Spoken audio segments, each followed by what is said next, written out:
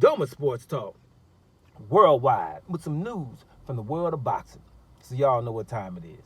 You ain't in a rush to get concussed. Now, y'all, best boxer in the world news, it comes from time to time, right? That'll be Terence Bud Crawford. Every couple of days, we might say something leading up to his very, very, very, very significant and important fight against another legend in Canelo Alvarez. We all know what's going on.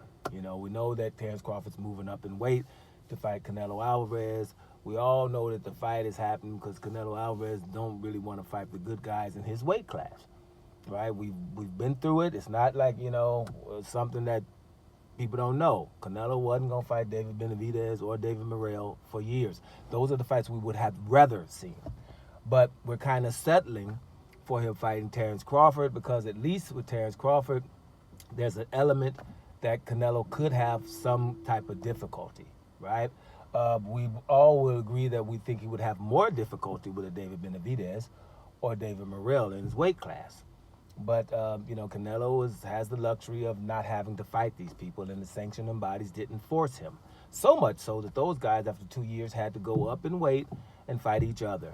And neither one of them was able to attain the undisputed status at the weight that Canelo is. So we're all settling for this fight with Terence Crawford. Don't ever forget that and lose focus on that. So at least there's an element of Canelo has an opponent that is worthy. I don't think we thought Berlanga was that. I don't think we thought Jaime Munguia was that. I don't think we thought Yildirim was that. I don't think we thought Rory Fielding was that. I don't think we thought Amir Khan was that. I don't think we thought Callum Smith was that. I don't think we thought John Ryder was that. You know what I'm saying? And we could continue. I don't think the only last time we thought Canelo was in a fight of a worthy opponent was probably Gennady Golovkin, and we had to drag him into that fight, and he was doped in one of those. So with that being said, you know, damn it, okay, Terence Crawford, I don't care how small it is. At least we know Terence Crawford's rough, tough, and awesome. So that's make sure that's clear first, right? But be that as it may, that's not even what we're going to talk about. We're going to talk about Terence Crawford is considered better than the legend in Manny Pacquiao. Now, Manny Pacquiao is, for most of you guys, an 8-division champion. Right here, he's dropped down to 5 divisions. It was 6 here. But I was been saying 6 for years, but I went back and did some more research, and I would consider it 5 or 6 on a good day, depending on how I'm feeling. And the reason why, man, everybody says it's 8 division.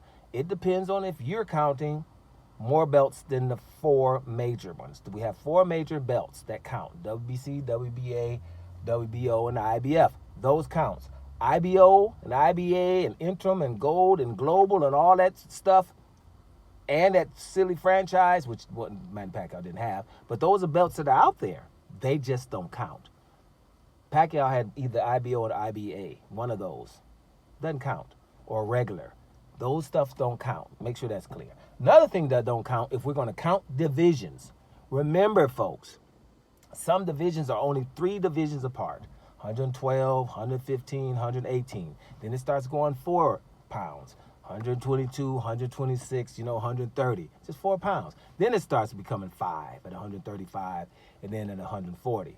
Then it goes 7, from 147, 154, right? It gets a little bit farther apart. So therefore, if it's so close, these pounds, then we don't need catch weights. And then the count of the division, if you fought at a catch weight, right? And his 154 pounds fight against Margarito was at a catch weight of 152. Why? Then we just either you catch weight, but no championship for 154. Not if we're going to call him a division champion. That means you got to go all the way up. You know what I mean? And that's not even a technicality. That's just reality, guys. So I'm not going to be calling him, that means if you going to get credit for 8 divisions, and damn it, did you go up to 154 and beat the guy? Or was he at least at 154 and you beat him and you was 150? That's okay. But he was 154. But if he had to come down, it means you're moving him down lower and he's drained. No, I'm not counting that. You guys can. So therefore, for me, 5 or 6 division. If you do your homework, you're going to know what I'm talking about. Ain't hating on Pacquiao because 5 divisions or 6 is awesome too. All right? but we just kind of look away from things, right? Anyway, Manny Pacquiao is awesome. Can we agree on that? Yes. That would mean if someone is considered better than him, then he's got to be awesome. Can we agree on that? Somebody who will tell you who fought both of them is Jeff Horn. Jeff Horn says Terence Crawford's better than Manny Pacquiao, period. His reasonings is because Terence Crawford can do everything. He can just do everything. You know, punch quality and all that, but I'm just going to say the one main thing that stood out to him was he's fighting on the front foot or back foot. When you try to push him and whatever, make a fight on the back foot, he can. He says Manny Pacquiao is basically a come-forward fighter. On the back foot, Manny Pacquiao is not that elite. And anybody who, if you think about it, because we don't think about it all the time, can you remember Manny Pacquiao on his back foot? Right? Trying to fight on his back foot? Not really. He's going to keep coming forward. That's what he does. Manny Pacquiao can come forward. He's going to throw that straight left. He's going to come over here, throw that left at you. But he's going to throw the right, then another left, and another right on his way back or forward. And that last right, this might be the fourth punch, that still got power on it. He done hit it like people, wham, wham, wham, wham, right? And that wham, that last wham, slam, thank you, ma'am.